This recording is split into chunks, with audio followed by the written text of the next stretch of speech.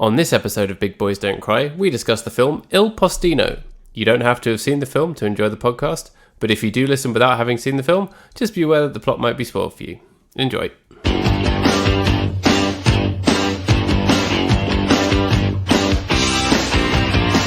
Hey, there you are.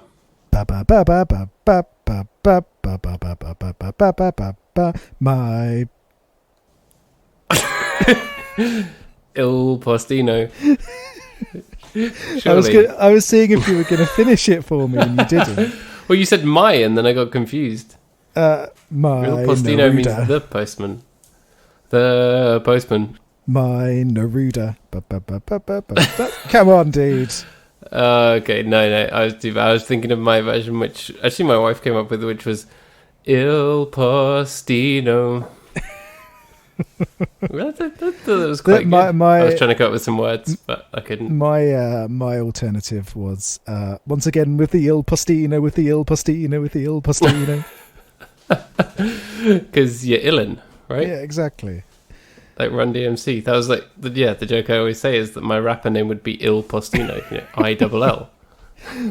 Yeah, the original. I'm a postman, but I got rhymes. The original Renegade Master, Pablo Neruda. Once again for the Renegade Postman. So we watched a movie called Il Postino. We did. It's something you'd seen before. Is that right? Yes, when I was a child. So it's one of my granny's favourite films, and it was one of those films that's, it's on VHS at your grandparents' house, and they're showing it to you, and you don't really have any idea what's going on, but you know that it's like a nice thing. And I think it was the first time I'd really seen Italy on film. So the kind of idyllic idea of Italy being just like some islands where people live, and sometimes the running water runs out, as is something that I think stayed with me for a while. But I hadn't seen this film since I was a small child, so my recollections of it weren't necessarily of the actual action or whatever really happened. I just remember that there was a postman who fell in love, and then there was someone who helped him with poetry, and then he died, and that was all I could really remember. But it's like it occupies a special place for me as like a film that I associate with my grandparents and my grandparents' house, and watching films with my grandparents as being a thing, Yes. Did you have films like that? Like, did people, when you were growing up, did you go to other people and like watch films at other people's houses, and that was the thing?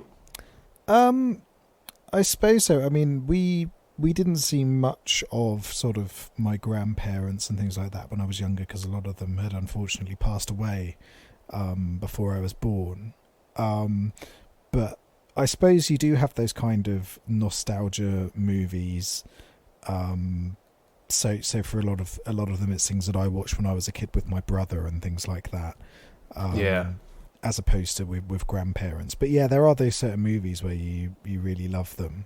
I guess that's the trade-off. I don't have any siblings, but I've got grandparents, so it's like I've got a bunch of old siblings. But that's really good because they're adults, they can buy you things, whereas other children can't do that. No, they can't. They're rubbish. Oh, well, rubbish. Some of them don't even have any concept of money. Exactly. It's disgraceful behaviour, isn't it? Quite simply. Yeah. And I think this must have been one of the first films I saw with subtitles as well. So I was like, wait, I have to read as well? I think a lot of the time I was kind of tuning out, and my granny was explaining the film to me very patiently. It must have been 7 or 8 maybe.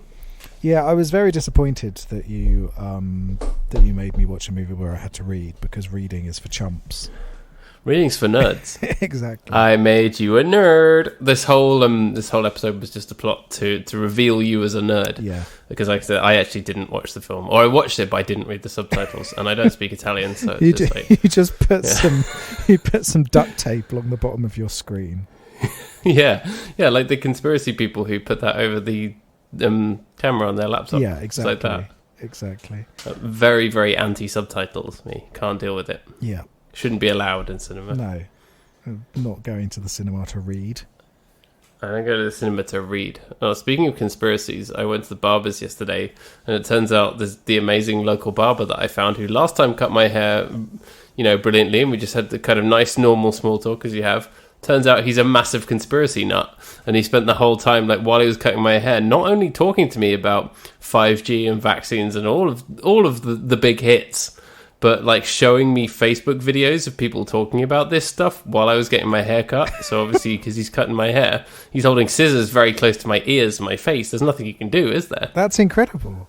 That's the perfect indoctrination space, isn't it? It's not like you can get up and leave when you're halfway through a haircut. Yeah, so I can't go back. Or go back with your own conspiracy theories. I'm bringing back Big Scuba here. Big Scuba. Yeah. Oh, well, we didn't get onto Flat Earth, so I think that's going to be my next thing. I'm genuinely going to go back next time I need a haircut and see if I can find some Flat Earth videos to show him and see how he reacts. You should. Is that a step too far for him? Maybe, yeah. But he's in today's parlance, a mask hole. Someone who doesn't wear a mask when he should be wearing a mask. Not when he's cutting my hair. He wears the visor thingy, but he told me that he doesn't wear a mask out and about. And just goes around spitting in children's mouths, things like that. Just to be a conscientious citizen. Yeah, so that's how my week has been. Lovely Italian film, and then actually, speaking of which, the barber, he's Italian. So I've had both sides of Italy this week, I suppose. You've had the beautiful island full of communists.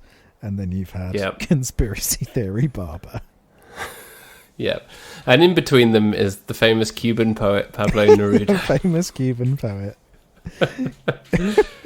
Well. For our listeners, we know he's from Chile. Rob texted me earlier today that he was Cuban. Yeah. I had by mistake. Yeah, I had a brain fart when I was texting. Pablo Guevara. Exactly. And I didn't know much about Pablo Neruda either. And I've now ordered a book of his poems out of interest, and it's called like 20 Love Poems and something else. So I'm hoping I'm going to enjoy some sexy poems, because it's been a while since I read any sexy poems. But my knowledge of Pablo Neruda mostly comes from The Simpsons. When's he mentioned in The Simpsons? Like most things. It's in the what is possibly my favourite Simpsons episode of all time, which is Bart Sells His Soul. And somebody, I think it's Lisa, quotes to him that Pablo Neruda said that laughter is the language of the soul. Oh, okay. And then I think there's a gag after that, but I've forgotten what the gag was because that line stuck with me so much. Very good. Also in that episode, that I think that stayed with me is obviously he sells his soul to Milhouse for $5, and Milhouse has got a piece of paper and he's playing with like his soldiers. Like tanks and toy soldiers lined up, and Bart's watching him, and it's like he goes, "If the Ayatollah can't have it, no one can." And then the tank runs over the piece of paper. I don't know why that stayed with me. That is incredible. I remember from that episode where he's bought those little sponge dinosaurs. Yeah, and they're supposed to get massive, and then it just like grows a little bit, and then like flows into the drain. Yeah. Actually, that episode starts with welcome to the Simpsons cast. I'm sure there are 1,000 podcasts out there discussing every Simpsons episode in detail. But it starts with the organist doing In-A-Gadda Da Vida.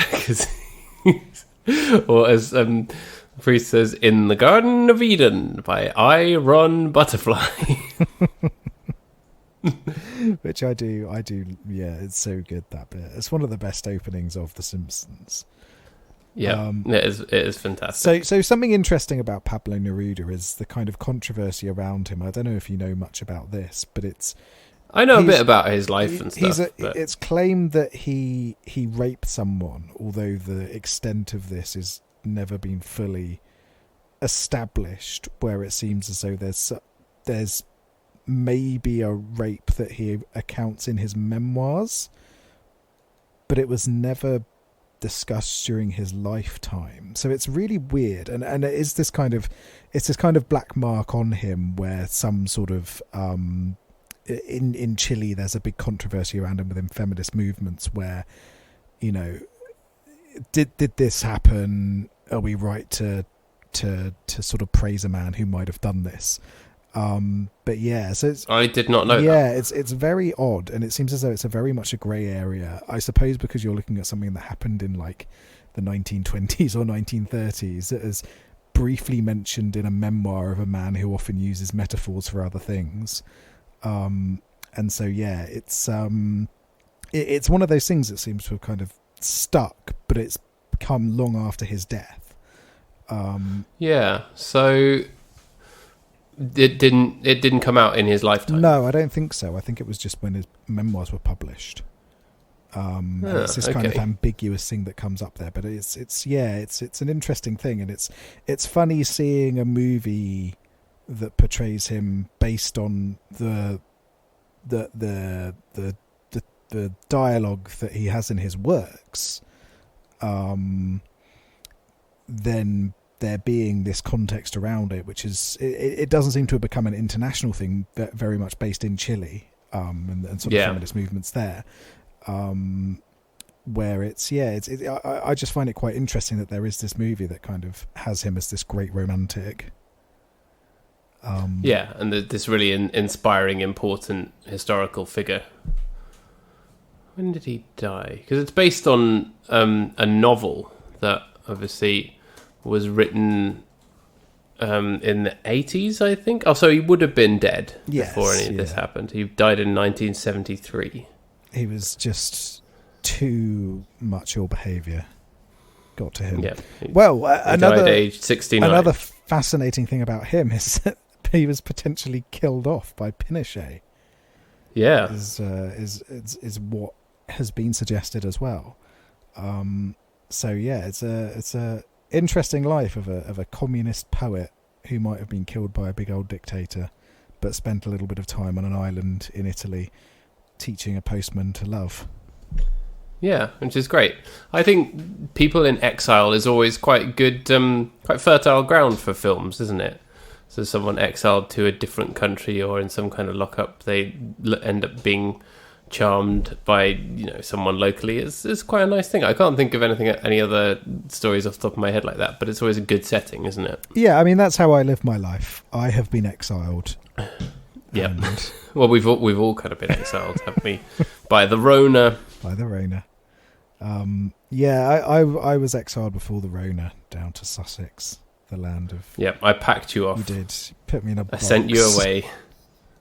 Don't come back.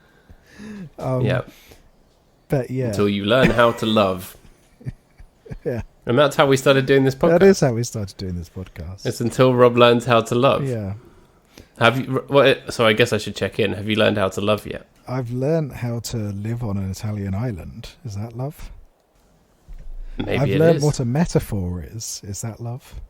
Yeah, they talk about metaphor a lot in this film, don't they? They do. And it's a long word. It is an interesting movie. I think the sort of historical context around it and just the atmosphere of the film is really what makes it enjoyable to watch, doesn't it? Is because not a lot happens. There's a lot of just sitting around talking more, and then seeing nice bits of Italy. Because he was in exile on Capri, wasn't he? Or Capri? Yes. And obviously this island is the one that's it's actually quite in close proximity to Naples, isn't it? I can't remember what is the island called? Porcini? That's a type of mushroom. It's something like that. Procida, that's it. Yeah. But it's the landscape is similar, isn't it? Yes, yeah. And it's interesting because we have watched another movie set in that part of the world, which is oh god, what was it called? The one about the mutant woman who's a mythical creature. Oh, Spring. Spring, that's right. Yeah, I totally forgot about that. Which is also set around here. I wonder if when you said that, I thought that we must have watched some horrible Netflix comedy about a bunch of people going there on holiday and falling in love with a sexy Italian man or whatever. That's next time. Which I'm not saying I wouldn't watch. No, I'd watch that. Spring is set in the same area, isn't it? Because it finishes at Pompeii. So it's all in the same sort of area, which is very interesting. It's clearly a place of love, and it makes me wonder whether the woman from Spring canonically at some point had a little fling with Pablo Neruda. Oh yeah, because she's like timeless. Yes, or she's through the ages. She regenerates or whatever. So maybe the woman who was there with Pablo Neruda, maybe that was her. Maybe. Interesting. That's canon. Head canon. That's canon now. Just like how Pablo Neruda's from Cuba. Headcanon. famous Cuban poet Pablo Neruda. Famous 2002 new metal band Headcanon. So it's spelt like it's spelled H-E-D. Yeah. And then in brackets, canon. Yeah. So one thing that I found very interesting about this as well is a movie that has communists as its heroes, I don't think would be made today. I think they would be far too afraid of upsetting the vocal right wing. Upsetting the Americans. Yeah, but even more than that, is nowadays everybody's a Marxist. Joe Biden, famous war hawk and skeptic of universal healthcare, Joe Biden is called a Marxist by Fox News. And it's just like, what is going on? What do you think Ben Shapiro would make of Il Postino? I think he would be desperately saying, this isn't how you woo a woman. Yep, she's got to be bone dry. Ben Shapiro. I thought shit pyro. Shit pyro. Which is that's not my own invention, unfortunately. The CEO of the Toronto Blue Jays, my team, is called Mark Shapiro, and I've seen fans referring to him as Mark Shit Pyro in fan forums. No shit, which is very unjust and unfair. Shit party. Yeah, that's I think it's really interesting that there is this movie from the 90s. It's after the fall of European communism. That is very much cast them as these kind of heroes and portrays, police violence as a bad thing, and talks about the corruption of the centre right at that time. The party that wins, the Christian Democrats, win an election at the end of this movie, and that's seen as the guy who's always in his blazer. Yes, sneaky guy. Never trust anyone. He looks a bit like Mark Steele. Did you think that? Yeah, I did think that. So it immediately shows the corruption of that party, which is interesting because it eventually got destroyed welcome to the Italian political history cast, everybody. But that party eventually fell apart in the early 90s, where it was this big kind of collective that kind of grabbed people from all sides of the political sphere, unless they were a communist or a fascist. So anyone that was in that middle ground was there, and basically anyone who thought, I don't want the communists to win and I don't want the fascists to win, we better throw in our lot with these guys instead. There's an early incarnation of the centrist dad. Exactly. The Italian centrist dad. He wants a pizza, but he can't have it too crispy or too deep. Centrist rad. But yeah, so they were a huge and dominant force in Italian politics, basically from the 50s through to the 90s, when there was this huge corruption scandal, where it turned out that loads of them were dirty. Some of them were working very, very closely with the mafia, and it all kind of fell apart. And then about a decade later came Silvio, our boy Silvio. Oh yeah. Oh man, is he still alive? He is still alive. He is now an MEP. Oh, good. He was massively corrupt, got done for corruption, then got let out very quickly because he's mates with everyone, and then he ran for European Parliament and is now an MEP. Because he's mates with everyone and he's got a lot of money. Exactly. Our boy Silvio, the most famous of all Italian politicians. There's him, and then there's who's the guy, the comedian who got in after him. That was the thing, wasn't it? And obviously the fascist as well is relatively well known. But yeah, it's interesting. Italian politics is a very interesting thing, where it's kind of run on cooperation and collaboration a lot between different parties, much more so than over here, where it's seen as a crisis if one party doesn't have complete dominion over the entirety of government. It's if there isn't one ruling party of toffs who you should be naturally deferential to because it's their place to rule, it's a political crisis. Yes, exactly. In the UK, exactly. So it's interesting the ways in which different countries look at politics in that way. But particularly that sort of post World War II era of Italy is very interesting, and you've got, the same disparities that you have now in terms of wealth and in terms of production and things like that. And it's quite fascinating to see this little snapshot of a tiny island in the 1950s in Italy, and the kind of open communism that was there. Because I think if I said to work, "Oh yeah, I'm a communist," I'd probably get disciplinary action. Well, it depends on the context, surely.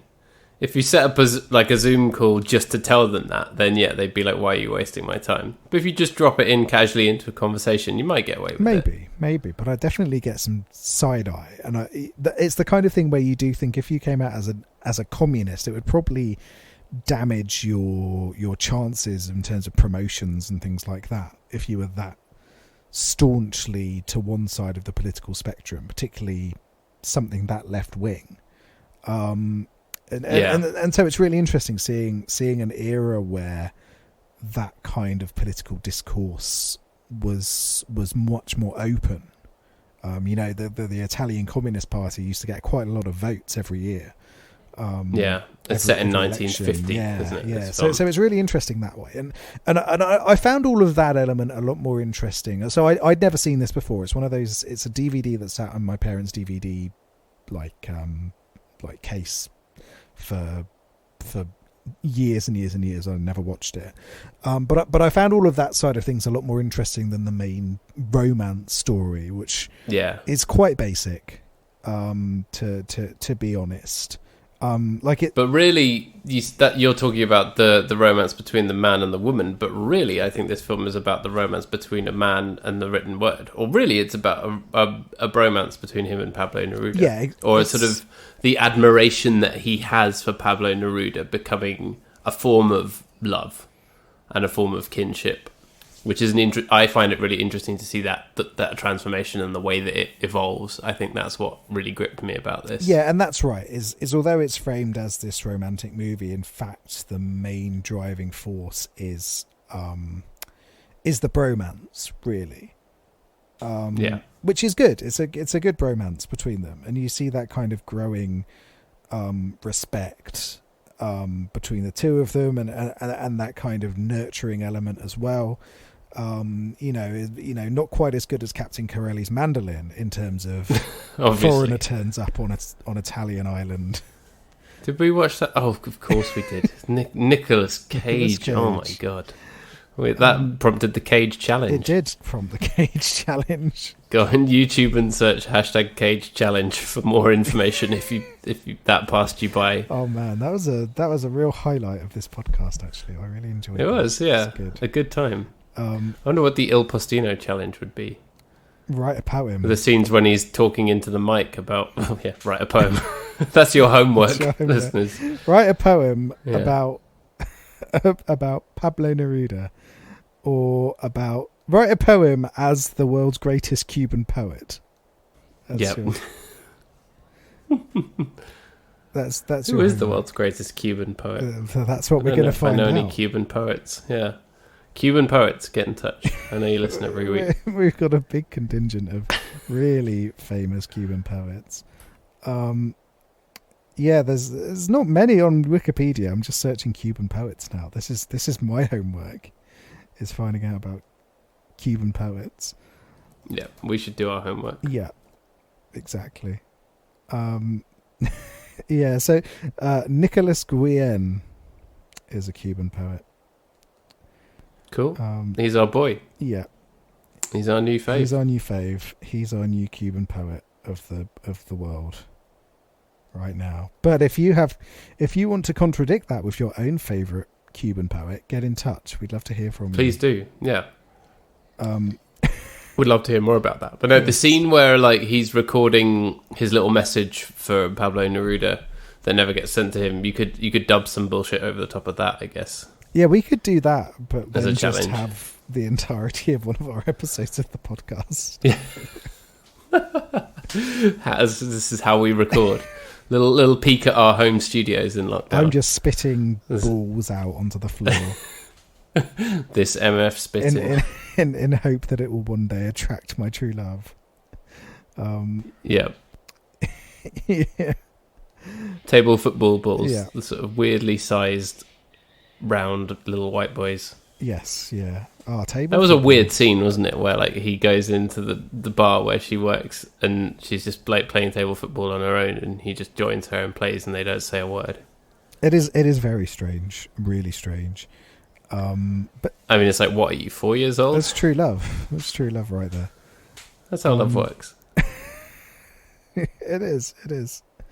But yeah. So the love interest played by Maria Grazia Cucinotta, who turned up in a movie that I watched recently called The Rite, where Anthony Hopkins is a exorcist. And The right as in RITE. Yep. Not the right as in Ben Shapiro. Ben Shapiro.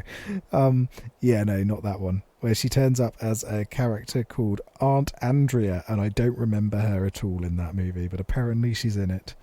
All right, but that's good. But she's good in this, and she's had an extensive career.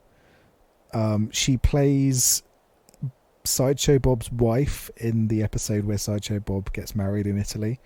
If you remember that episode, it's not a very good one, but it does exist. I do not. But yeah, so she's had a really Sideshow Bob thing that really stayed with me is that he's got a tattoo saying "Die Bart Die," and he gets away with it by saying it's German for the Bart there. Yes, the Bart, the. Yes. But yeah, so she's had a long and extensive career, which has been good to see. She was in The World Is Not Enough. Was it you I was talking to about this film the other day? No, I was talking to my brother-in-law about Pierce Brosnan's Bond films. Oh, I love Pierce. Apparently she was in that. I love the Pierce Brosnan Bond movies. Yeah, same. I think GoldenEye might be my favourite. GoldenEye is possibly the best James Bond movie. Like I do really like the Daniel Craig ones in terms of them being objectively good films. They're possibly the only James Bond movies apart to be... from Quantum of Solace. they're possibly the only James Bond movies to be objectively good films. But, God, I love GoldenEye. And I love The World Is Not Enough. Die Another Day is not good. Is that the one with the car on the ice? Yeah, Madonna. That's really stupid. But what's the other one? Tomorrow Never Dies is a good one, where there's the terrifying sociopath media mogul. Yeah, which is another great one. So yeah, Brosnan Bond I think is underrated, and I think it should be for sure reevaluated in the modern lens. I think Pierce Brosnan is our king. Yeah, we love him. He's the only thing that could have made this movie better. Could you imagine him as anybody? As anybody doing a Pablo wonderful Neruda. Italian accent. I mean, he proved. He proved to us recently that he can do an Icelandic accent, so anything's possible. Exactly. He's just standing there, as Pablo Neruda comes out of his door and goes, "There's no post. Why didn't you tell me? Why didn't you tell me?" See the Eurovision episode for what that's about. Yeah. But the guy who played Pablo Neruda was very good and was quite a good likeness, I thought, from having seen pictures. An established French actor, Philippe Noiret, who is in an awful lot, is in Cinema Paradiso, which is that's a film that I wanted us to watch as well, and was kind of weighing it up and choosing something that we knew would be Italian and serious and good. I was like, we could watch that. Yes, yeah. Which is apparently very good. Again, I've not seen it because I'm an uncultured swine. But yeah, I've heard very good things about it. And then our main man, Massimo Troisi, who, famously nominated for an Oscar posthumously, died. Yeah. 2 weeks after the end of filming of Il Postino. I read somewhere that it was only 12 hours after they finished filming. Oh wow. That he had a heart attack and died, because he had a heart condition, and he was apparently really ill during the filming, which is just, and he postponed his heart surgery. So if it wasn't for the film, he might have lived a long and happy life, which is just the worst kind of tragedy to attach to a film. But there is also something in the fact that he felt like he really, really had to complete this film and had to do it. because he was involved in the writing and directing and stuff as well. And it was obviously a real passion project for him. So the fact that he got it out there and it is this wonderful film that he did achieve that aim. Makes me want to cry. It is, yeah. It's really tragic, isn't it? Given how successful it's been and how how powerful it is and how long its legacy has lasted. It is really, really quite something. And I did really enjoy watching this movie. Good. I'm really glad. I was not in the right frame of mind to watch it because I've had a very stressful week and I haven't had very much free time, and so I had to go, fuck's sake, I've got to actually watch this movie. I can't just chuck it on and keep an eye on it. You mean Pablo Neruda's stern face lecturing you about poetry doesn't relax you? It did not relax me, but in a way it was really nice to have that kind of snapshot of life on a small island, which is that kind of rural European lifestyle. It exists and it is wonderful. Speaking from experience, not in Italy but in France, it's a really incredible way of living that is a far cry from the bullshit that we have to put up with in this country. Yeah. The fishermen in this film seemed like a bunch of nice guys, didn't they? Yeah. The fishermen in this country, awful. They're constantly hanging out with Nigel Farage. Yeah. He cares so much about their waters, man, and about fishing rights. He cares a little bit too much. It makes me think that he's got a thing about fish like Troy McClure, to bring it back to The Simpsons again. This could just be our Simpsons special episode. Yeah, we could watch the Simpsons movie, couldn't we, for this? We could. It would cover I think I've only seen it once when it came out, and I think I was, whelmed. Thoroughly whelmed. Yeah. So it's it's great. It's a good film.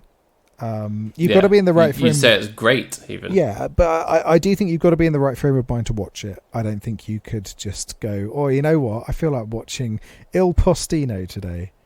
I think you've got to be in the kind of mood where you're willing to be to sit there and soak up the atmosphere more than being engaged in a plot, I suppose. Yeah, the beautiful Italian music and the setting and sort of that stuff. It's quite a slow film as well, so you can let it wash over you, but you do have to pay attention and engage, and not just because you have to read and that's for nerds. It's because there's a lot going on behind the scenes, isn't it? I feel like Massimo Troisi, I think he says so much with his face. He's one of those actors where his facial expressions and the way he talks give away so much more than the words he's saying. Yes, yeah, definitely. And he was known as a comic actor as well. And I've now, I haven't seen him in anything else. I'd be really, really interested to see some of his other work and to see him being a genuinely really, really funny and goofy guy, because there's a very, very slight goof factor to this that I think rescues it from being overly serious, but it's still quite a serious film. Yeah, there is, isn't there? There's that kind of light humour to it. Almost sort of situational and observational humour. And it kind of generally comes across in sort of the ways that Neruda talks to Il Postino himself. Mario, his name? Yeah. Mario. You gotta Mario rescue your Ruopolo. princess. Yeah. He's like, I've fallen in love with a woman. She's in another castle. Exactly. But and Cooper Neruda is there. A lot of the time, and he's like, vote for Cooper. A lot of the time, Neruda sort of says things like, "You're as white as a bag of flour," or things like that. They're kind of just nice little similes and things like that. That really, because he is truly a poet. Yeah, the one thing you need to know about poets is that they never fucking turn off. They're constantly in poet mode. And it's very cute in a movie. Can you imagine how insufferable it would be in real life? His wife didn't seem to mind. It's because she is also a poet, I assume. Yeah, and she's also lived for thousands of years. Yeah, she's probably enjoying it as a bit of a novelty. So she's like, I can deal with this for a little bit. Imagine you're like, oh, how are you today, Pablo? I am like a summer breeze over a bag of ash. It's like, what the fuck does that mean, Pablo? Yeah. I'm like the ice cream you can never have because it's on the wind. Yet so sweet. It's like, is that good? Is it bad? What's going on? Yeah. It's like, I'm on the shore, but I'm not on the shore. Imagine him at the doctor's office. I am not sure. It's like, so where is the pain? It's in the heart of every living thing. It's like, no. Yeah. It's all around us. Do you mean you don't see? and it's funny, it kind of made me reminisce about, I can't remember if you were there or not, but going to see that documentary about Derrida for our undergraduate degrees. Did you? I did not go to see any documentary about Derrida. I've read a bit of his work and I fucking hated it, and I was like, I'm not engaging. It was a compulsory screening in our first year, I think. Oh, maybe I did. And it was at like... My recollection of that year is very, very hazy. I was very drunk. It was at like 8:30 in the morning, and I went up there with one other person from the course, and the other people were like, no, it's too early, I'm way too hungover. And there was about 15 of us in the giant lecture hall who had made it, and it was basically Derrida walking around his house in a bathrobe being an arsehole to the person who was interviewing him, and this really we should watch that for this podcast. We definitely should, but this really reminded me of those early scenes with Neruda where he's just like, what's a metaphor? This is a metaphor, blah blah blah blah, where he wasn't giving clear answers to anything and sort of refusing to help, and was like, oh man, there's some definite Derrida about him. Yeah, I'm pretty sure that I wasn't there. I do have quite a vivid memory. Although, yeah, as I said, my memory of that year is very hazy. I have a very vivid memory of, there was that Starbucks on campus that was like upstairs in the main bit of Devonshire House. Yes, yeah. And it had like cushions and carpets that looked like they'd come out of a train. And like I remember sitting in there with that giant white textbook that we had and trying to read this extract of Derrida and just thinking, fuck this. Yeah, post-structuralism, man. That's where it's and at. That was honestly the first time on that course where I'd got to something where I was like, okay, this some of the other stuff I'd been like, this is a bit of a slog. Yeah, I don't need to read Genesis, the Bible, all that bollocks. But I was like, this genuinely, fuck this. I think it was the first time I in studying literature that I genuinely thought, fuck this. You've done Shakespeare so many times, but Derrida is what broke you. Yeah. He was the Frenchman that broke the camel's hump. See, I hated studying Derrida, but I had a real respect for it because it was just the kind of absolute fucking literary bullshit that I was like, no, I'm going to get through this post-structuralist deconstruction nonsense, because at some point it's going to be useful and I'm going to be able to just drop it somewhere and it will be really handy for an essay. Yeah. Somewhere, 12 years later, 14 years later, we'll be doing a podcast and it will come up then and we can talk about it then. Exactly. I had to do the maths in my head then. Yeah, I wonder if we can pick it up anywhere. It's Derrida. Yeah, the Derrida documentary. Nah, you can't get hold of Derrida. It's a post-structural release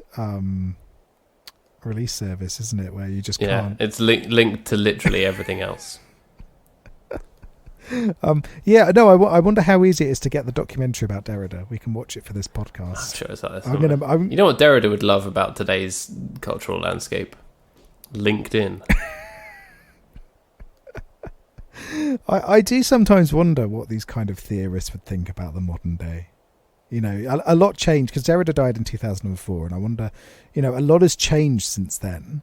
Would he look at Twitter and think, you fucking arseholes? You fucking I'm arseholes. Sure he would. Yeah. Or he would not tweet. Or would he be one of those people that's on there and just shit posting for the hell of it? Yeah, a man who's willing to be filmed in a bathrobe being an arsehole maybe is a bit of a shit poster, isn't he? Yeah, so I wonder if he just put stuff up and do kind of an anti-J.K. Rowling deliberately. So sort of like, Oh yeah, this whole book of mine is about porridge. You arseholes, you read too much into it. Yeah. and all the characters are retroactively gay. Well-known characters of Derrida's theory work. Yeah. Welcome to the Derrida cast, everybody. Yeah. Do you think he'd be like performatively woke? Yeah, he definitely would. He Performatively woke, but then also very, very clear that he hates trans people.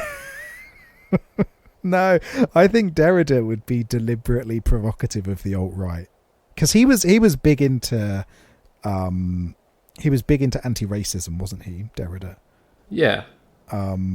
So yeah, I reckon he would be deliberately provocative of people like Turning Point USA and Katie Hopkins. He would just be constantly pissing off Katie Hopkins.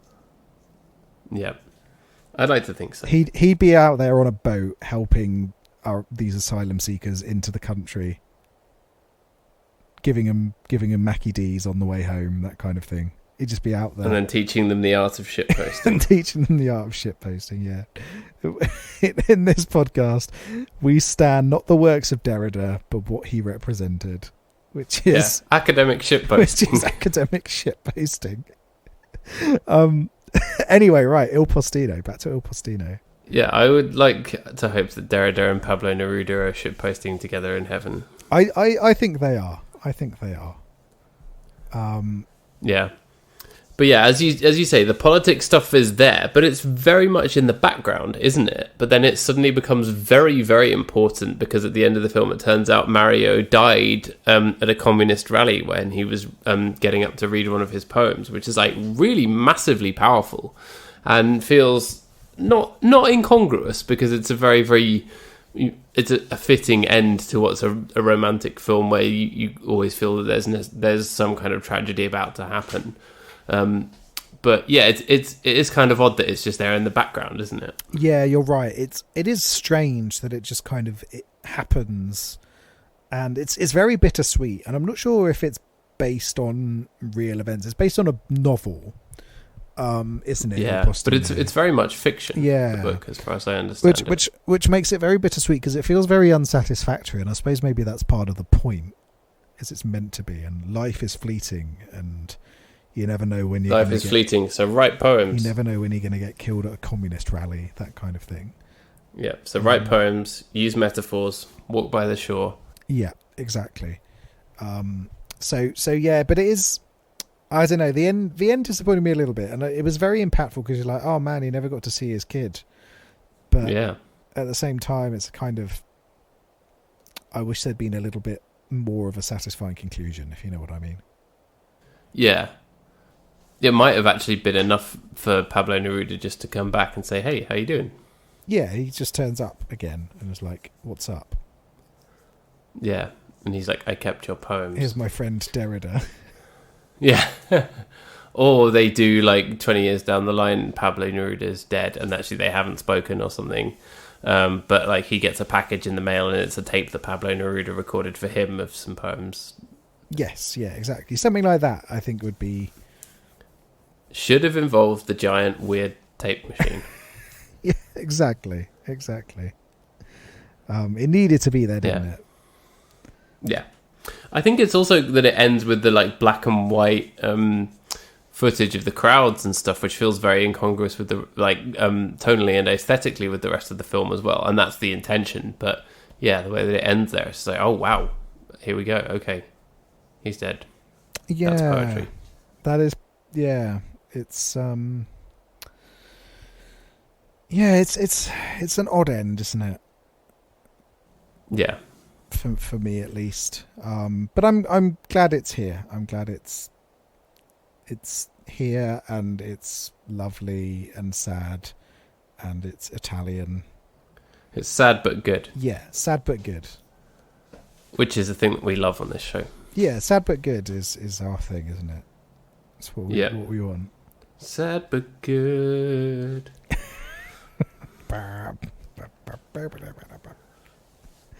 Yeah. So yeah, a lovely film, and one that, as you say, you have to be in the right frame of mind for. I think I was in the right frame of mind for it. It was Sunday night or Monday night, whatever, and I was chill. I'd had an okay day. Put my feet up, watch Il Postino. Why not? Oh, well, I'm glad that you were in the right frame of mind. Yeah. And did you find it sort of believable, the journey that he takes from sort of knowing nothing about poetry but having this interest in it because it can woo women, and then to like finding out about metaphors and stuff? All that stuff is very, very nice, isn't it? Yeah, it is, and it does feel real, because poetry, although I think particularly now poetry is an incredibly niche thing, and I think there's a lot of snobbery around it, and I think it's very hard for people to break into it. Like I can't remember her name, but there's that female poet who everyone scoffs, even though her books are very, very popular. As Rupi Kaur. That's right. Yeah. Yeah. It's because she does it on Instagram. Right. Okay. Real poets don't use Instagram. Yeah. Real poets make £500 a year and are subsidised by their incredibly rich parents. That's what real poets do these days. And so that kind of always puts me off a little bit from poetry. Is there is that kind of snobbery around it about how there's real poetry and then there's popular poetry, and so it's quite refreshing to see a movie where it's just like, yeah, he's a postman who wants to write some nice poems. So that's what it should be about. There shouldn't be that limitation about how, oh, your poems rhyme. I know this is a really old example, but oh, your poems rhyme. They're well rubbish. How dare you have your poems rhyme? How dare the words flow nicely and roll off the tongue? How dare you? Yeah. You cheap, arrogant bastard. Yeah, what? With your 1.2 million followers. How dare you? Yeah, and so I find the snobbery around poetry in particular very frustrating, and that's why I don't really read a lot of it, because I've got other shit to do, as we've established. Other than read poems. Yeah, other than read poems, like hanging out on a podcast with you. Yeah, this is true. And this is a form of poetry, isn't it? We are poets of the spoken word. Yeah. Poets of criticism. Exactly.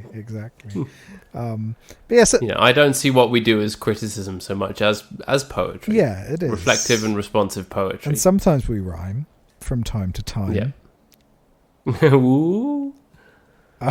Yes, I do. Yeah. Or it's somewhere between poetry and shitposting. Showetry. Yeah. Pit posting. Exactly. But you do enjoy poetry as a thing. Yeah, I enjoy it as a thing, but I pick and choose what I read, and I don't read a lot of it these days because I find it's an incredibly niche area. A bit like, you know how until very recently superhero comics have become that really niche thing, where you've got to understand 20 years of lore to understand what the hell's going on, and at the end of it, it's some bullshit like Batman has a secret brother or whatever the fuck's going on in Batman these days. Sad Batman is sad. It's the posh lit equivalent of that, isn't it? Poetry is. Yeah. You have to have been embroiled in it for a really long time, and know exactly what's good according to everyone else and what's bad according to everyone else. Otherwise, you're going to be excluded from it, I suppose. Yeah. You can't just write a poem. No. Jesus. No, you've got to... That's not how it works. You've got to put in the groundwork to know why this word is shit. You can't just express yourself. No. Who do you think you are? You postman. Exactly. But I loved so much that this film was the exact opposite of that. And actually, kind of the first time where they actually talk about poetry, I think is just a wonderful scene, and maybe one of my favourite scenes in cinema. And he says to, he's been reading a bit of Neruda's poetry, and he says to him, where you say, you felt tired of being a man, he says, I have also felt tired of being a man, but I didn't know how to say it. And he's sort of having that realization about how to express yourself, and both of them, it's a conversation where men on screen are talking about their feelings, and that's something unfortunately you don't see as often as you should, right? Yeah, for sure. And I think that's a really big part of it, isn't it? It is that gateway into actually talking about how you feel and discussing how you feel. And it's refreshing to see that done in such a a non-gender specific, non-classist way as it is in this film. And it's that kind of thing that's been lost along the way, I suppose. Yeah. And I appreciated, as I said, how much of this film does have men talking about their feelings and expressing themselves. And even though it's old, it's very, very relevant for now, I think. And especially with poetry as well, an important thing. I think the people who are trying to take poetry off the UK curriculum for schools should watch this film as well. Yeah, definitely.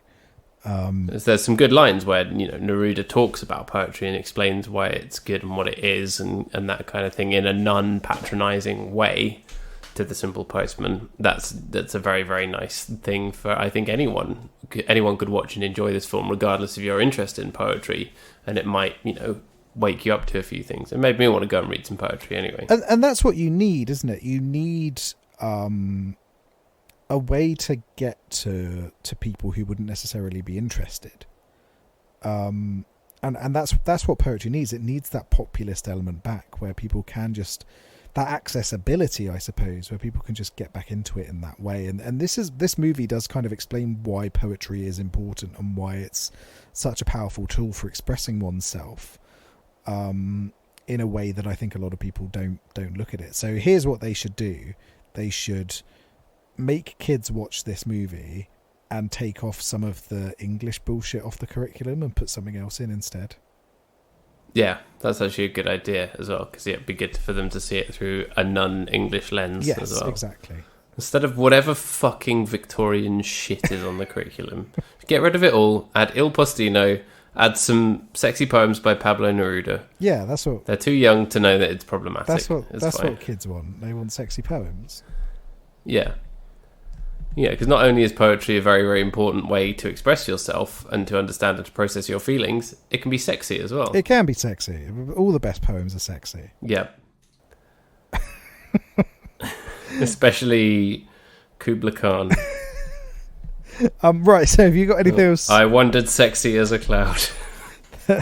Playtime high. They're called the romantic poets for a reason, right? Yeah, exactly. Have you got anything else you want to share about this movie? I don't think so, no. Just that I really, really enjoyed it. And it's a film that I would watch again, as you say, when in the right frame of mind. And I think everyone should watch this film when they're in the mood for it. It's one that I don't always necessarily recommend that everyone watch the film that we watched every week. But I think this is something that hopefully should have universal appeal. And I think everyone can take something from this film, and it's lovely, it's beautiful, it's slow, it washes over you, and it's one of those films that if you ever look up criticism of it or ratings or whatever, it almost always you'll see that it has universal acclaim, and that is for a reason. Yeah, it's good. Oscar-winning, Oscar-nominated movie, worth the hype, and it's good. So I've got a little bit of trivia for you. I won't go into all of it. Cool. But this was the last film that was rated U to be nominated for the Best Picture Oscar. Interesting. And I guess part of that is because a lot of U-rated movies since then have fallen into the animated Best Feature category. So I think the Oscars kind of shove them into there rather than into the main one. But really, how often do you get a U these days? It's true, you don't get them. Everything's PG... 12A, isn't it? Everything's 12A in this country. Everything's a 12A. Everything's now. PG-13 in America.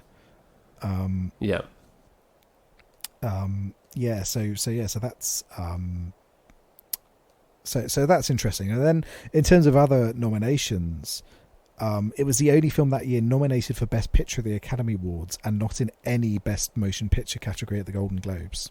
So Golden Globes had no time. Interesting. Well, no time for this. Fuck you, the Golden Globes. Get out. I've got to. They've clearly never read a poem. No, they only like inaccessible poetry for rich people. That's. Oh, I see. Right, they objected to the postman. They're trying to make poetry accessible to a postman. Get out of here, Mr. Golden Globe. Yes. And the a little bit final bit for you. The theatrical run in New York was so long that it was still in theatres after the video release, and its premium cable run, it was in theatres for almost 2 years apparently. That's amazing. Which is quite something. And it's great that it had that appeal around the world as well. Yes, yeah. For what could be very niche, it really reached a lot of people, didn't it? Yeah, yeah. How many other Italian language films about a postman enjoying poetry are there that have been well received globally? Exactly. The only one I can think of is the sexy post boy. The Sexy Post Boy. Oh yeah, I remember that film. It was a storm. That was in New York theatres for 15 years. Yeah. The people in New York, they just can't get enough of that stuff. Yeah, exactly. Yeah. Can I just say as well that I didn't choose this film because there's a bunch of shit going on with the US Postal Service and it's become like a really big deal out there. I genuinely had no idea that was happening until after I'd chosen this film. But it's timely. It is very timely. Yeah, and so I was thinking, I could pick The Postman. You could. You definitely Kevin could. Costner, but I have no idea if there is anywhere near sufficient romance in that movie. We're going to see if we can do as many films that are related to postal workers as possible. Yeah, exactly. Do we end up at Postman Pat the movie? Postman Pat. Is there a Postman Pat the movie? Does that exist? There must be. I'm sure there is. I'm kind of sad if there is, because I remember the show was just, he's got to deliver some post. Uh-oh, there's a cow on the road. Oh, don't worry. He found a way around the cow. The end. The milkman his milk truck's broken down. Yep. Oh, well, don't worry. It's fixed and the post has been delivered. The end. Yep. Yeah. No, so I don't think I can choose The Postman. Maybe I could watch it myself and then we can decide whether it's sufficient. Are you in the right frame of mind? In the right frame of mind for The Postman? I don't think I am. It is not a good film, shall we say. But there is... I'm always in the right frame of mind for a post-apocalyptic postman. But there is a movie that's come up on my Netflix and keeps coming up constantly. Hang on, we need to rate Il Postino first. Oh shit, we do, don't we? How many poems would you deliver to a woman that you've only spoken to once in a bar before she falls in love with you? You only played table football with her once. I would deliver 17. Let's go 17. Oh, very good.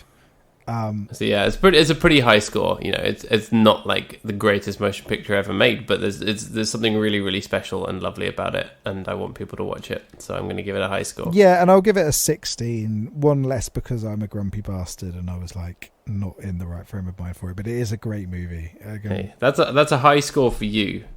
Yeah, if I'm in a bad mood, I very rarely score things that high. But I could identify that this is an objectively good film, and there's a lot to really enjoy about it.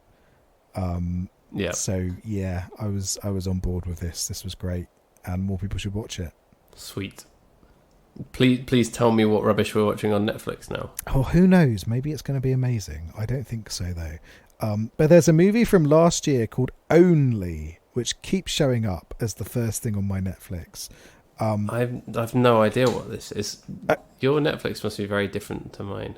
A couple must endure a self-imposed quarantine and elude authorities after a mysterious virus proves lethal to the world's female population. Ooh, okay, I'm listening. It is apparently romantic. It has Frida Pinto in it. Oh, and Leslie Odom Jr. So it's got some good people. My man from Hamilton. But it looks like, I don't know. I get the sense it might be a trash fire because I'd never heard of this movie before in my life. Yeah, but we're gonna. But it looks interesting. We're gonna find out, and we're in the middle of a pandemic, and let's see how badly it could go if we were in a movie instead of real life.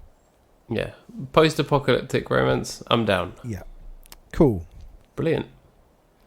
Well. You can find us on Twitter at BigBoysDon'tPod, on the emails bigboysdon'tcrypodcast@gmail.com. Please tell me you did watch Il Postino and you liked it, because it's great. If you didn't, don't tell us. Yeah. Just lie and say you did like it. Go and write a poem about it. Yeah. Write a poem about how much you enjoyed it or how much you didn't enjoy it. Yeah. Express yourself. Yeah, that's the most important thing. That's what your takeaway should be from this week. Yeah, absolutely. We teach all the important lessons, unlike the British curriculum. Yeah, which is all about bloody Shakespeare and Dickens. And those, Shakespeare, Dickens, King Arthur, and Hitler. Those hacks. all of the worst poets. Hitler, renowned for his shit poetry. Yeah. Why do you think he was so mad? It's just, oh, fuck me. I don't know what a metaphor is. He was a shit poet, and boy did he know it. Yeah. So in short, right-wing people can't do poetry. That's a takeaway. All of this was just leading up to saying, Hitler was bad. Yeah, Hitler was not good. Yeah. It's not something that you might even say he was shit. It's not something you should need reminding on, but in this day and age, given the current state of the world, you probably do need reminding, don't you? Yep. Very bad. So yeah, go and write some poems. And if you like what we do, you can give us money. There's a link in the show description to our Acast supporter page. There's no monthly obligation or anything. Just if you feel like giving us a tip, hit that. Yes, yeah, please do. And please remember to leave us a rating or review wherever you get your podcast. Helps more people find the show and engage with our audio shitposting. Yeah, if you want to see us talk more bullshit, then, that's what you got to do. Yep. And we'll be back next week to talk about, what's it called? Only? Only, yes. Only. Alrighty. All right. Bye-bye. Bye-bye. Il Postino.